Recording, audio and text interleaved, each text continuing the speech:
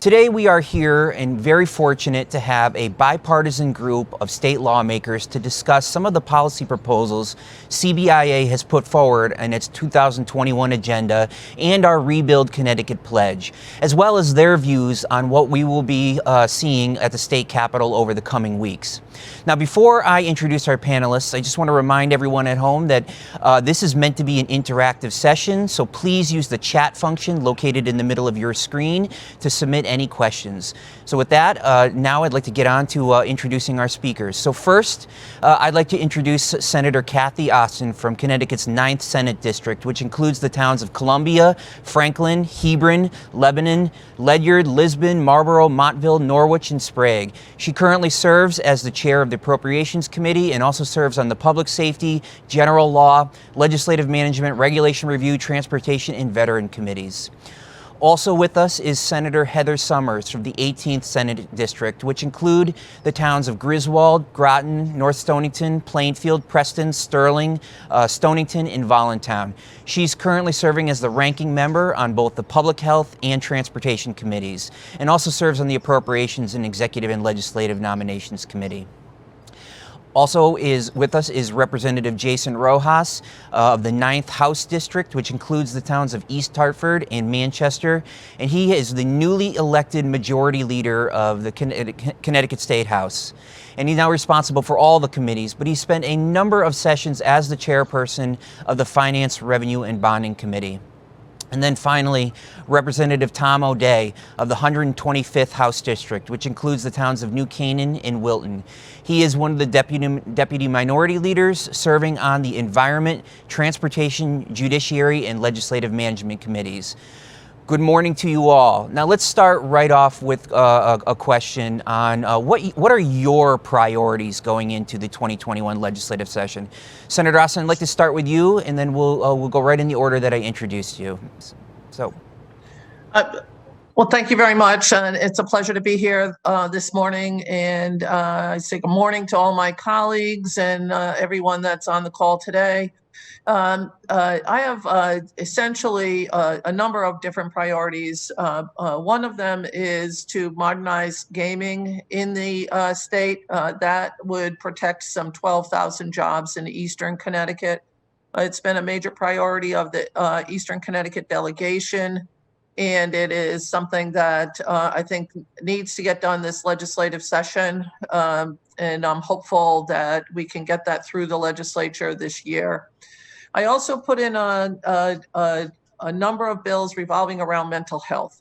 And I think that mental health and the crisis that we're going to see once we start opening up from the pandemic is going to overwhelm both state agencies, our schools, and some business environments too, as people decide that they can no longer work in those environments.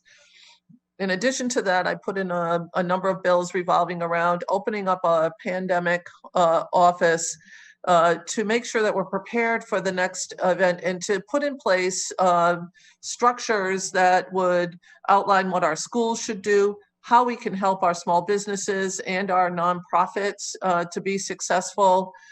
Make sure that we're preparing and providing the supports for the Agricultural Experimental Station, which did a lot of work when we had the avian bird flu in some of the flocks around Connecticut, industry that the agricultural industry is a $4 billion industry in the state of Connecticut. We need to make sure that we're supporting those folks. And quite frankly, we need to do a lot with workforce development.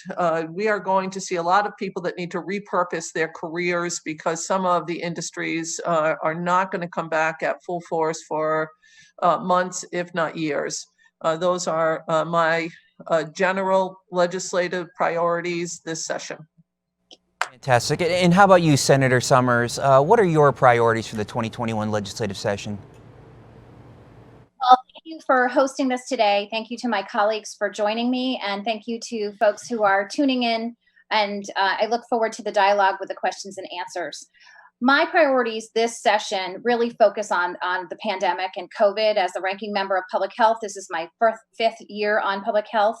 And unless we can get COVID under control, we're going to see our economy continue to suffer. So my first priority is COVID, getting people vaccinated, making sure we have enough vaccine here. I sit on the governor's Vaccine Task Force Advisory Committee, and we are working diligently to make sure that we can obtain as much vaccine as possible and get it into as many people as possible. That also leads to the other priority, which is to get our children back in our schools. We are going to see children really take a step back just because of the nature of what they've endured and the distance learning, which was not, fully. It hadn't really run its course. We didn't have it down to a science when we first started this pandemic. In addition to the healthcare with COVID, what we've seen during the pandemic are clearly voids within our healthcare system that really, truly need to be addressed. Mental health, behavioral health, and telehealth are also priorities of our Public Health Committee as a whole.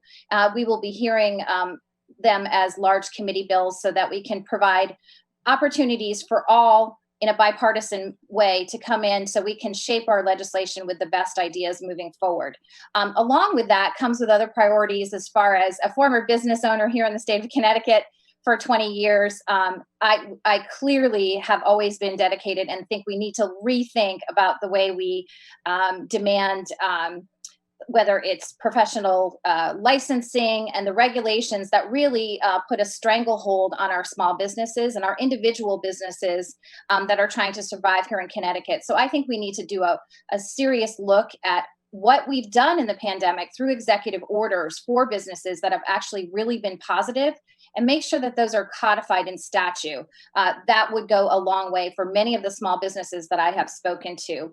I also have priorities on workforce development along with Senator Austin. I believe that that's something that we absolutely need to focus on, and that can be based in healthcare. We've seen a lot of issues with recruitment of physicians, of nurses, and also of CNAs. We are in dire need for that kind of support here in the state of Connecticut. So there's opportunities to focus there along with other in the workforce development area.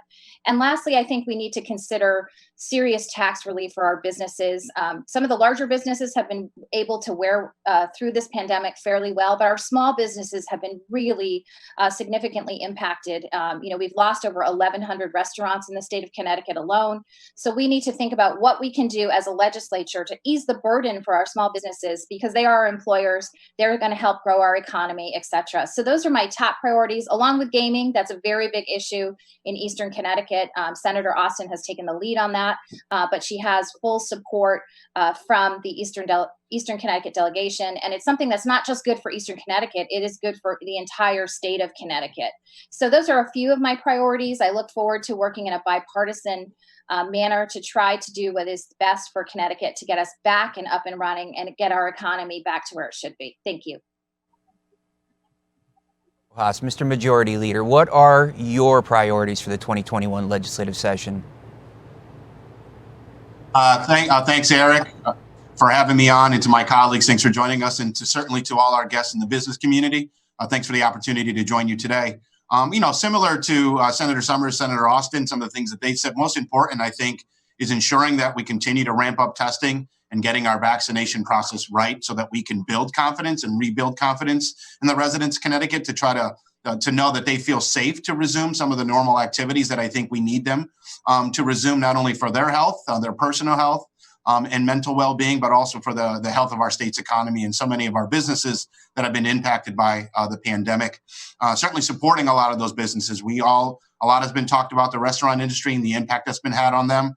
I work in higher education outside of politics, and we've been impacted by the pandemic as well. I think you think about our community college system, which is under significant strain, finding ways to support them so that we can get students back into the classroom, so that we can fill that pipeline of jobs that we all know exists and that we know a lot of our employers are struggling to fill. I think we need to look ahead to the eviction and housing crisis. We continue, obviously, to put moratoriums on eviction. It's been done at the state level. President Biden has extended that as well. But we all know well that at some time that issue is going to come due, and we have to be prepared to address it. Not only for the residents who are facing a crisis, but a lot of the property owners as well. They've experienced some difficult situation where they've lost a lot of revenue to what is their small business, and we have to be prepared to address that. I think education, Senator Summers made reference to that. We know that there's going to be a pretty significant learning loss that takes place in a lot of districts, particularly in districts like mine, in East Hartford and Manchester, where we have a higher poverty rate, and where inequities that we already knew existed before the pandemic were only exacerbated as we've gone throughout it, and ensuring that the students who have been most impacted by that learning loss are able to be supported adequately so that we can advance their academic potential and their academic careers as we go back to what I hope to be some sense of normalcy in the fall. Obviously, I think the budget is going to be on top of mind for everybody. I think financially, the state is in a pretty strong position as we head into this next biennial budget. I think we should do all we can to do no harm, to avoid any kind of tax increases either on individuals and or the business community, so that they can continue to recover and in fact grow and grow our state's economy, which results in increased revenue for the state budget. Personally, I'm interested in a lot of the conversations that's going on around housing and zoning. Those issues very much impact economic development and economic competitiveness as well as being able to recruit people to come here in Connecticut and live, knowing that housing is expensive here in the state, and doing all we can to increase access to opportunity for people who live here, but also to make it more competitive for people to want to move here and live here, and not use as much as their income as they have to use to cover their housing costs. And one other issue that perhaps is not viewed as a business issue, but I think it is literacy and how we teach reading in our schools, particularly in kindergarten to third grade. We can improve upon how we teach reading, and I think that's critical to educational success. And of course, that's critical to post-secondary access, as well as having the best employees possible to take on a lot of the jobs that we know exist out there that are largely going unfilled. Fantastic. And then finally, Representative O'Day, your 2021 legislative priorities. Thank you very much, Eric. And I want to thank all of you business leaders and small business owners that are on this call. As Eric knows, since I was elected in 2012, I looked at every piece of legislation that come before me and looked at it as though whether it would help grow small business and businesses throughout the state or not. Because the only way we're getting out of this fiscal hole that we're in Connecticut is through small business owners. You're the largest employers, and so I'm going to do everything I can to help you grow. As far as this legislative session, the four of us are all in agreement. It sounds like we could almost hang up and go home. We'll get this economy fixed. But I would say my priorities, in addition to addressing every piece of legislation as how it's going to affect business, is to propping up the unemployment fund. This pandemic was not your fault. And so I don't believe you should have to bear the brunt of the unemployment fund deficit. I also believe we should cut the hotel tax, at least temporarily. We need to grow tourism. I know it's right now we're still addressing the pandemic, but we need to help our hotels and tourism industry. I also think we need to bring in more certainty to the process on how businesses are going to be asked to close down, because we don't want you ordering food or whatever supplies you need, and then 24 hours later, you're told you need to shut down. That's just not right and shouldn't be done. So in addition, getting kids back in school, I heard that's imperative for our business owners, particularly small business owners. So that's a priority of mine and has been. And as Senator Austin and I think Senator Summers said, mental health is a key. This pandemic and the shutdown has caused so much problems for our children and adults in the mental health area. So I agree with my colleagues on that score. So open up to questions. I really want to hear what you all want us to do. Fantastic. And that's a great reminder to all of the folks watching at home. Please submit your questions using the chat function below. We will get to those very shortly. Now, Representative O'Day, I want to start with you on our next question. Do you get a sense that your fellow House Republican caucus members understand the impact of the pandemic and what it's done to business community? That's an easy one. Absolutely. I think now you're seeing, and Representative Rojas's comments were spot on. We're in 100% agreement, and our caucus is united, both in the Senate and the House Republicans, on the devastating impact. And the fact that we, unfortunately, I think as a state, picked some winners and losers.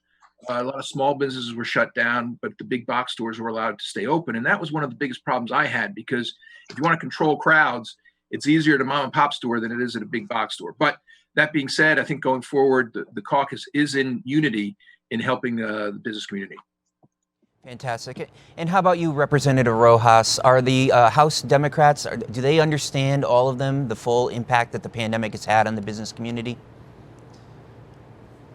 Yeah, absolutely. Right. I mean, we have small business owners within the House Democratic Caucus, right? So they were able to offer a perspective that was probably pretty consistent with what we were hearing from our constituents who are small business owners. The conversation around the impact on the restaurant industry, right? Everybody has restaurants in their district. And, I've been in regular contact with some of the owners in my district. And I know my colleagues in the House Democratic Caucus have been in conversation with business owners of all kind within their districts too. So there's a lot of sensitivity and a lot of interest in trying to figure out exactly how we can best support them. Senator Summers, how about the Senate Republican Caucus, and Senator Austin, how about the Senate Democratic Caucus? Everyone in full understanding of the impact that it's had? I mean, what are you hearing from your colleagues? We'll start with you, Senator Summers. Yes, well, I will say that my Senate caucus, most of us are small business owners, so we have experienced it either personally or in a very close manner. I think everybody in the Republican Senate is on the same page as far as the understanding the impact not only to our schools but to our businesses, and the correlation and the connection between the two. And we want to do everything we can to support small business and large business. I think the difference that you will find going forward will be how both caucuses decide how to help them, and the method in which we proceed to do that. Mr. Austin, do you want to add anything? I would just say that the Senate Democrats have, all through the pandemic, had weekly phone calls, and there wasn't a phone call that we had that did not bring up one set of businesses or another set of businesses as we work through this process. And I do agree with Senator Summers that how we fix this problem for small businesses is going to be the great debate. But everybody is in lockstep with doing something for small businesses. Perfect. And Senator Austin, we'll stick with you, or we'll start with you on this first, or this next question. Excuse me. Now, each one of you, you represent a different caucus up at the legislature. You're all from different parts of the state. Yet every one of you signed on to the CBIA Rebuild Connecticut pledge this past fall. Now, what was it about that pledge that caused you to lend your support? And again, starting with you, Senator Austin. Thank you very much for that. And I signed on for two specific reasons that have been major platforms of any legislation that I have put in each year that I've been up there. And that has been workforce development. As a matter of fact, my first session, my first 2 years in the General Assembly, I put a bill in directly reflective of workforce development in order to deal with the problems that Eastern Connecticut was having as we were seeing a decline in the hospitality industry. That is number one for me, is to get that workforce development moving forward. As I continue to pressure the Department of Labor to open up their American Job Centers so that we can get people there to repurpose their skills. In addition to that, I would say that infrastructure investment is critical for us to move Connecticut forward. And we need to put some real dollars into fixing our transportation system. That is one of the number one issues that business owners talk to me about, is how are we going to get our transportation system up and running? How can I get my my product from point A to point B faster? How can I get my supplies in faster? All of that would cost me less money, and it would provide me with an ability to be more successful.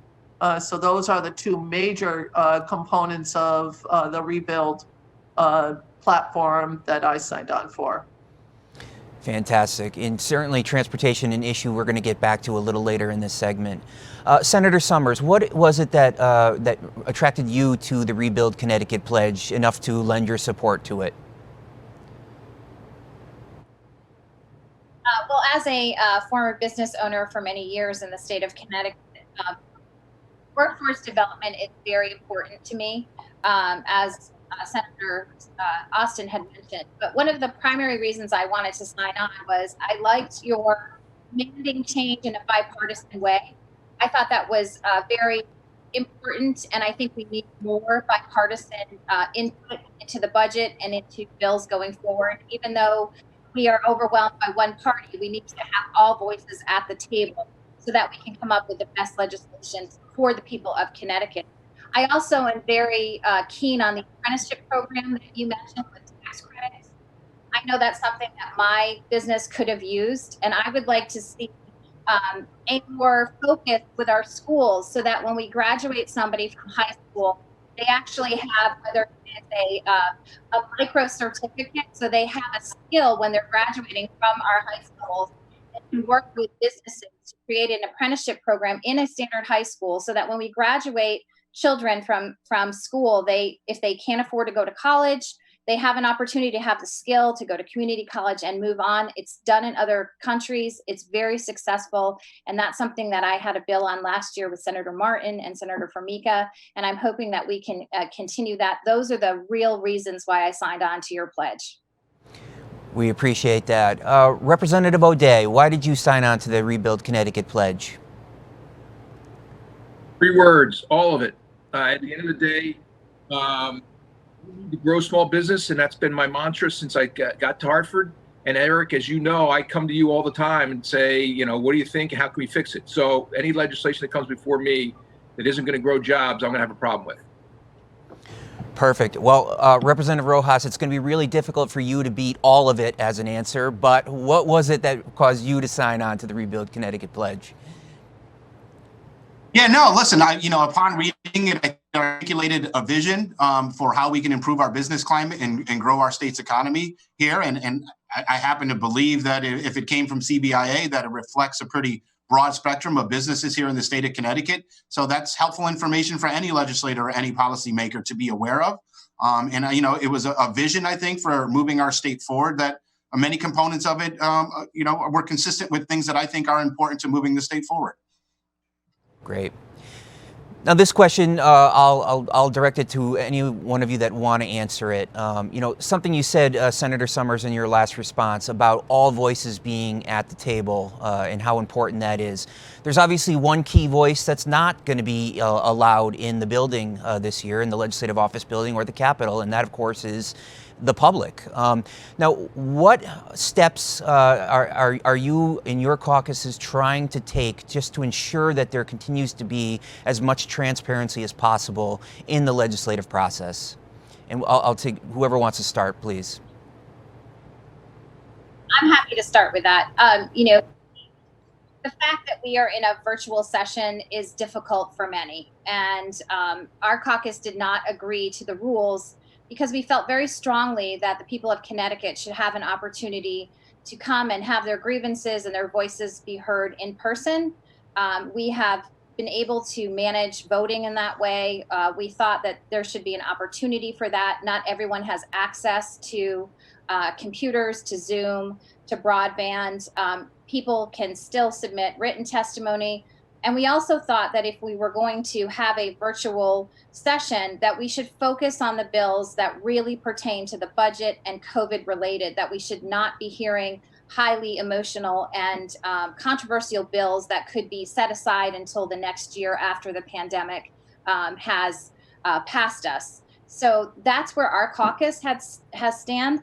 Obviously, the rules were adopted. So what we've been trying to do in committees, in our public health committee anyway, is to allow people to do perhaps a 3-minute video on their testimony that they could submit so we could look at their video. We're trying to make an opportunity for people to call in for testimony during public hearings if they do not have the access to broadband or to a computer. It's very difficult because many people that want to testify, for example, I've experienced that here in my own house, and we supposedly have 5G, although that's, not necessarily working at times when you have a child at home that you're trying to, distance learn, or 3 children on 3 different Zooms at the same time. And you're also working as a business person trying to do your business via the internet. It just doesn't work. Sometimes it's just impossible. So that's where we stand. We're doing everything we can to let our citizens have an opportunity to weigh in. This is a difficult time, and we understand the conditions that we're under in the pandemic. But those were the requests, that we focus on things really pertaining to the budget, the economy, and leave the really highly emotionally charged bills that could wait for another day to set aside. So, I'm sorry. Go ahead, Senator. Thank you. I just want to, did you want to call on somebody else, Eric? No, Senator, go on. So clearly the rules were adopted, and the rules were worked on in a bipartisan fashion. They were not established by just one party. The lawyers from all 4 caucuses were involved in the rules. I think that this gives us an opportunity this year to test out new technology in getting more people engaged in the process. I often heard that by having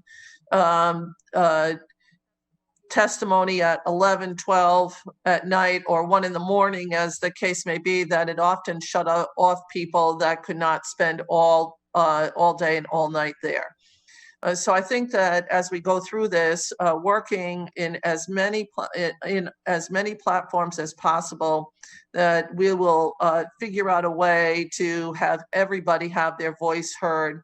I know many people are interested in using the Zoom technology in appropriations. We always have nights when we're there very late, and we're trying to make sure that we're opening it up for many people from the human services environment that come and spend 12 hours to testify on the budget itself. We believe that we can get as many people as possible there. I do like Senator Summers' ideas on the short videos on issues, and I don't think that we should hold back on really discussing the hard topics that need to be discussed. The pandemic itself is a hard topic, but it has impacted in certain areas that really we need to have a real conversation about. Representative Rojas brought up reading. I've worked in a bipartisan fashion on dyslexia. We have one more bill to complete the dyslexia program that we have been folding out over 5 years. I don't think we should put that off. I think it's too important to put off. I think that we need to have discussions on many issues that will be controversial for one group or another group. We need to have those robust discussions. Now, what happens at the end of the day, whether we vote all the way through the process, that's still to be determined. I favor rolling out bills a little bit at a time and start voting on bills in February. I think that we can do that, and I think that there's no reason for us not to do that. So that's what I'm hopeful, is that we'll roll out some of those pieces of legislation that we can that often wait and get passed on a consensus calendar in the Senate and pass on a 100% bipartisan way in the House, not always on a consent calendar per se, but they have their own methodology of doing that. But I think that this is a way for us to work together. And my commitment is to make sure that we provide all residents of Connecticut an ability to weigh in on issues that are relative to whatever is of concern to them. Perfect. Yeah, Eric, I'm happy to contribute too. Sure. Yeah. So there's no doubt, right? The pandemic has impacted our process. And certainly in many ways it's affected transparency, but I don't know that we're any less transparent than we have been in the past. In fact, we might be. We all know with the public hearing process, your ability to participate in that process is really predicated on, can you take a day from work? Do you have transportation to get to the Capitol? Right. So in many ways, now that we're moving to a technology-based process, it's an opportunity for more people to be involved in a process. And in terms of transparency as legislators, it's up to us to be accountable to ensure that we are transparent. So I have an email address. You can still email me. I have a phone. You can still call me. Many people call me at home. I have a Facebook page, an Instagram page, a Twitter page, where any of my constituents can ask me a question at any given time about a piece of legislation that we're considering. So I don't know that we're any less transparent. I think it's actually more of a difficult issue for us as legislators. So much of the work that we do happens passing each other in the hallway, grabbing each other in the cafeteria to talk about a particular issue. That lobbyists are obviously impacted in their ability to do their work. And I know people often try to vilify lobbyists, but in my opinion, they're a critical part of the process and they present a lot of information to us that's useful as we consider the legislation that's before us. But again, they can email us, they can hit us up on Twitter, on Instagram, and on Facebook. So it's really about us being more intentional, about being more accountable to the people that we represent, whether they're individuals and or the business community. And I don't know that the pandemic should disrupt the type of issues that we're taking up in any given year. These issues are important. They come up. There are issues that come up every year. I don't know that we need to put them off. We are a very capable group of elected officials, and I think we can manage what is otherwise a difficult process, but one that we will get through. I think about snowstorms. In the past, a snowstorm would basically stop all business for a day if the legislature had committee meetings. I was thinking back to December. There was a snow day. My kids didn't get the day from school off. And I didn't get a day off from work because all my work meetings were on Zoom already, and I kept all those meetings for that day. So in many ways, it might allow us to be more productive. We, of course, need to be intentional about ensuring that we're maintaining transparency, but that responsibility is on all of us to make sure that it happens, and I think we can do that. Appreciate that. And certainly your description of lobbyists brought a little tear to my eye, so that was fantastic. Representative O'Day, slightly different question for you. We've heard that some of the changes as a result of the pandemic have actually been very positive in terms of being more transparent. Do you see any permanent changes coming to the legislative process as a result of the pandemic? Look, I don't have much to add to Representative Rojas's comments and everybody's comments. I think there's going to be some good out of this. Like Representative Rojas said, we will be able to have these meetings and people don't have to miss work for participating. So I think I hope that there will be some going forward, some way to have people be able to testify in this kind of a format. I'm looking forward to getting to the last two questions, so I'll stop there. All right. Well, you're so excited about the next couple of questions. Why don't we get right into it? I want to talk about transportation funding. Part of the Rebuild Connecticut pledge is the support of a bipartisan transportation funding plan. I think regardless of the caucus you belong to, we all know that transportation funding is important. We all know that we need a solution. What are some of the solutions maybe that you're going to be put forwarding or maybe even a step back from that? Do you want this to be a bipartisan funding plan? So Representative O'Day, we'll start with you and we'll move on from there. Just real quick, I think accelerating the sales tax into the transportation fund is a good thing. You're going to see, because of that Wayfair decision, that we're going to be capturing more sales tax in the state. I'm not saying it's a good thing. I'm just saying it's a reality.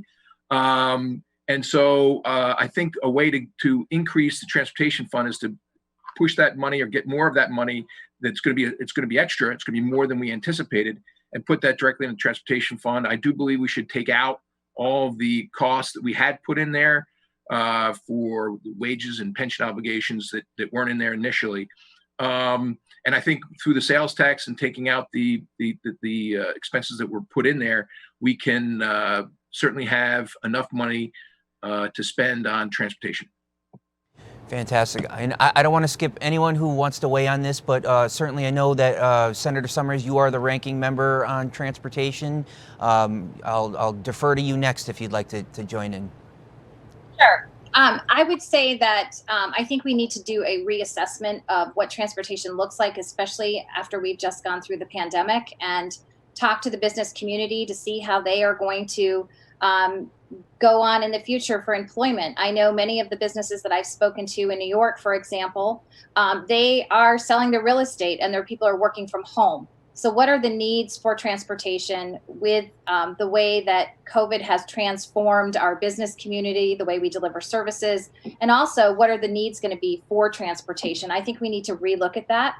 I also agree with some of the costs that have been put into the Special Transportation Fund. They need to be pulled out. I'm not sure that was done way before I was elected, why those are actually in there. That would give us much more clarity as to the monies that are in the Special Transportation Fund and how they are spent. Also, I do agree with Representative O'Day about the sales tax and putting more funding into the Special Transportation Fund in that manner. But I do think that transportation obviously is a priority.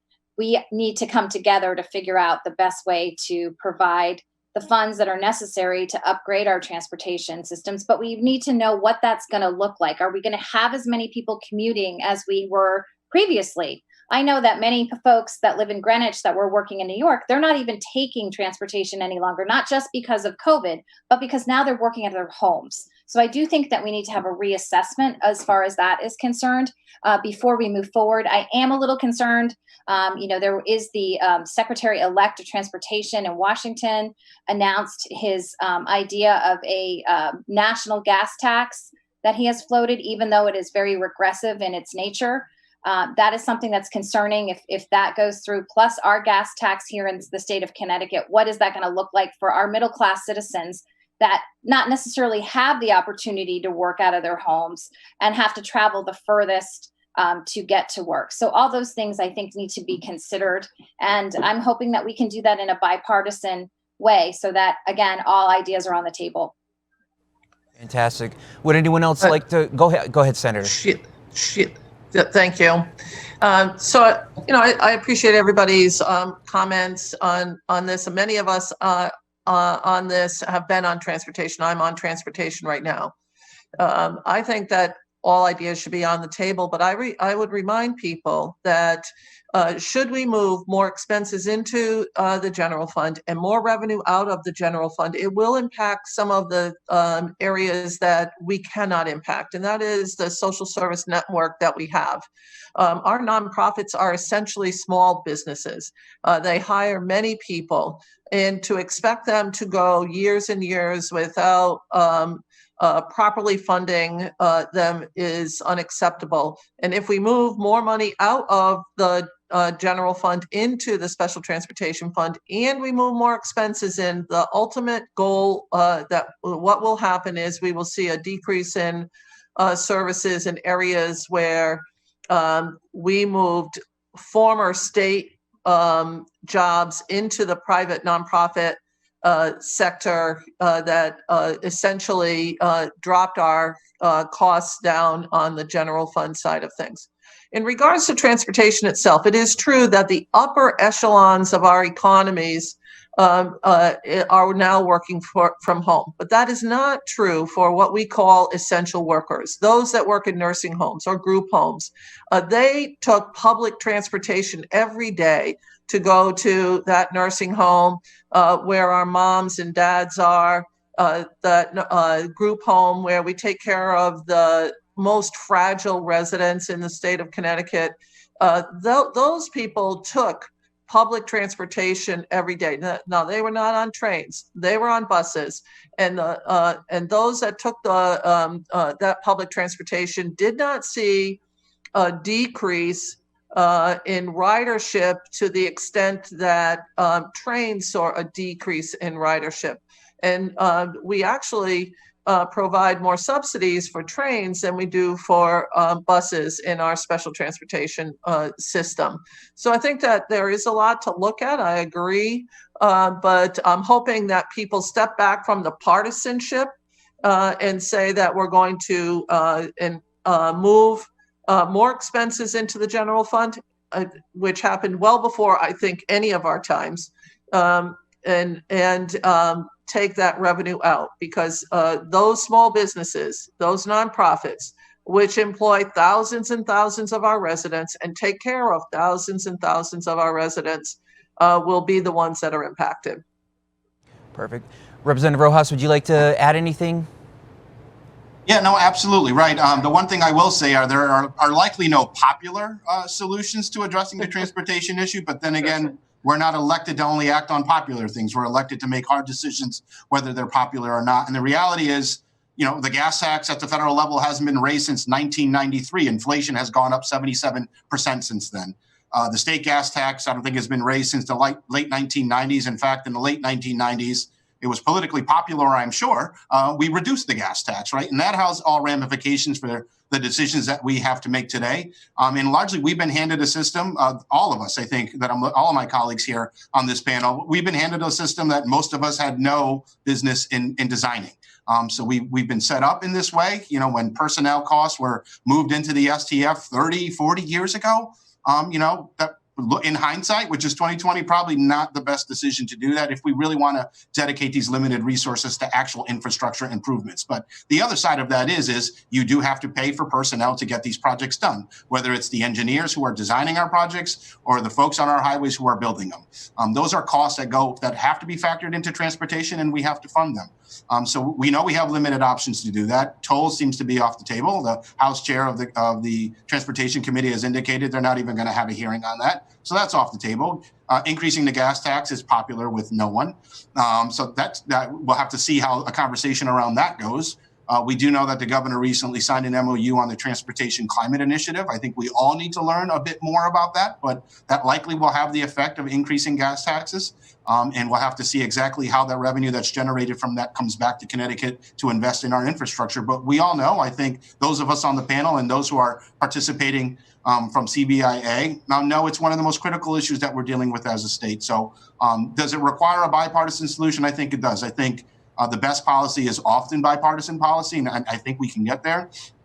Beyond looking at funding sources, I think we also need to look at governance and how we do this. Right now, I think the state DOT has too much on their plate, and I think we have an opportunity here to devolve some of the decision-making and responsibility down to our councils of governments and our metropolitan planning organizations, which are these entities that most people have no idea exist, and their governing bodies are made up of our locally elected officials. And I think we need to empower them and give them additional resources to make a lot more decisions that should be made at the local level about what the speed limit is on a particular road or a local bridge that needs to be fixed. Let the folks closest to those projects make those decisions and free up a capacity at the state level for DOT to focus on airports, to focus on rail, and to focus on our highway systems.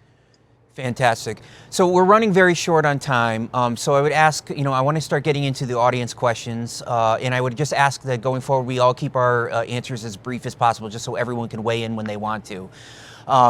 One of the questions that have been submitted, and I guess it's one of the questions that is submitted no matter what the topic is or what the public hearing is, but what is the outlook on recreational marijuana in the coming legislative session? And I'm going to add a little bit to that, and if you are a supporter of that, or if you're not, and they decide to pass, would you still be supportive of businesses being able to continue to test employees in order to ensure the safety of the workers on the job site? So whoever wants to jump in on that, by all means. So I'll jump in first just to start the discussion. First, on the business community, there are jobs right now that have federal consequences, and us approving recreational marijuana, should we do that or not, need to understand that jobs that people that work at Electric Boat or any of our manufacturers that are interfacing with the federal government, or any job that requires a CDL, have to have the ability to test their employees. I'm hoping that if people are looking at supporting recreational marijuana, they'll also consider supporting things like the drug resource enforcement officers, the DREs, that have been unfunded for a number of years, that allow those state troopers and municipal officers to test people on the road for drugs relative to marijuana. It's something that can be done. It does cost money, but we should be doing things like that to make sure that that this is a rounded program that is not just looking at allowing people to have recreational marijuana without any of the consequences of driving while intoxicated. If I can add, Please. from a public health perspective, there are 3 issues. Number one, there is no test that can test you for acute intoxication with marijuana. That is a big problem. There's also no ability at this point in time to know what the dosage is that you're getting within, whether it's a gummy bear or a lollipop. There's no measurement of dosage. That's also an issue. So you don't really know how much of the intoxicant you're getting in the product that you are purchasing. As Senator Austin has mentioned, I represent Groton with Electric Boat. The former president had made it very clear that if Connecticut legalizes marijuana, it could put them at jeopardy for government contracts because they have to certify that their workforce is able and ready to finish the contracts in the submarines. And I'm sure that's the same for Sikorsky, et cetera. And when you're competing against Virginia, where marijuana is not legalized, that could be a consideration in government contracts, which is concerning because they are one of the largest employers, and that also goes according to CDL licenses also. The other thing is there are significant public health impacts. We are now a state that is banning smoking under 21. We are looking at banning flavors for vaping. And then we turn around and said, but it's okay to smoke marijuana. The Public Health Committee would have a difficult time saying that smoking anything is okay. And one of the things that we want to ensure is that if this legislation is pushed forward, that it comes in front of the Public Health Committee, which we think is absolutely necessary. The last few times this bill has been in, it has skirted public health, which we think is a mistake. But if this legislation is to go forward, I would like to see the revenue that is generated to be dedicated towards opiate addiction and all the other things that we're fighting here in the state of Connecticut. And that being said, I think that we should look at other states where marijuana has been recreationalized and it is legal, and look at the revenue generated, but also the cost associated with the legalization of marijuana. And I think you would find a very different picture if you looked at it in a more holistic approach. Perfect. Yeah, Eric, I'm happy to comment as well. If you could do it very short for both representatives. Yeah, absolutely. 15, 20 seconds or less if possible. Oh, I'm sorry. Sure. We of course need to be sensitive to workforce issues. The reality is that it's illegal in 11 states in the District of Columbia, and it's legal for medical purposes in 34 states, including Connecticut, right? So I'm pretty sure we can figure it out based on the experience that we're seeing around the country. And the reality is, if it's legal in Massachusetts, it's going to be legal in New York and legal in New Jersey. Folks are consuming it already, and they're driving to those states. So, there are legitimate questions around public health and enforcement and all those things. Right now, you can get a driving while impaired if an officer determines that you've consumed cannabis. So there are ways around that. We need to improve all of them, but we're long overdue for addressing this issue. I would just add that in due respect to my good friend Representative Rojas, I'm a heck no. All right. Well, that is a perfect way to end this segment. First of all, I want to thank all of you for the time you spent. I know you were incredibly busy at this time of year. There's committee meetings going on every single day up at the state legislature. And we really appreciate the time that you've given to the CBIA business community this morning. So thank you, Senator Austin, Senator Summers, Representative O'Day, and Representative Rojas. We really appreciate your time. Thank you. Thank you.